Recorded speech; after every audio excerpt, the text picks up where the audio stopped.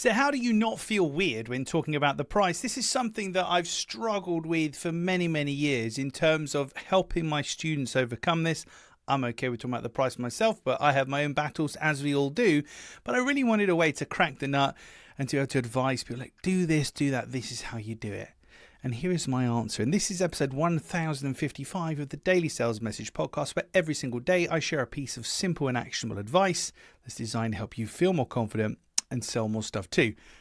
Okay, here is the secret, the trick, the hack, yes, we need quotation fingers for those. It's very straightforward, it takes a bit of practice.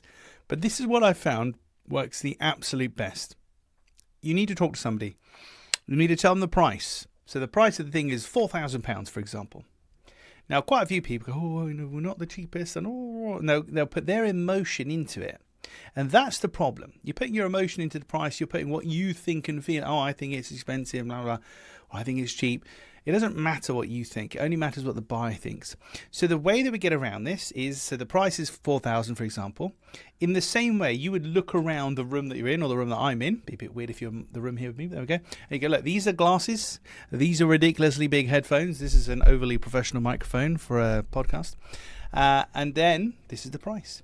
So it's a statement of fact. So this is this is that, this is the price. So when you're talking about, these are glasses, these are headphones, you are not emotionally attached to that. You don't really care. You say, there is a window, there is a door, there is this, there is that. You're not emotionally invested. And that's what you need to do. You need to empty yourself of emotion and just factually describe to somebody like you're looking at it and it's a visual characteristic. That's what it is. Oh, that's the price. The price is £4,000. How does that sound to you? When you empty yourself of emotion and you talk about it as a matter of fact, take it or leave it thing. I heard this great thing recently called with or without you energy, which I really love. So you talk about it with or without you energy, but not in an arrogant way. It's like, great if you buy it. Okay if you don't. It's £4,000. How does that sound to you?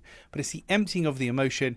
It's the talking about the price as though it's an actual characteristic, a physical thing that's going to save you. And I always use the example of if you go to the Apple store to buy a new MacBook and you say, hey, how much does this MacBook cost? They'll just look at the ticket and say, oh, that's £3,500, that one. And that's it. They don't care. Obviously they care, but they're not emotionally invested in it. That's how you need to be. Drain yourself of the emotion, describe it as a thing, separate yourself from it. And you only have to do that once or twice to get in the rhythm. And then you can start curing yourself forever of doing the old, we're not the cheapest, but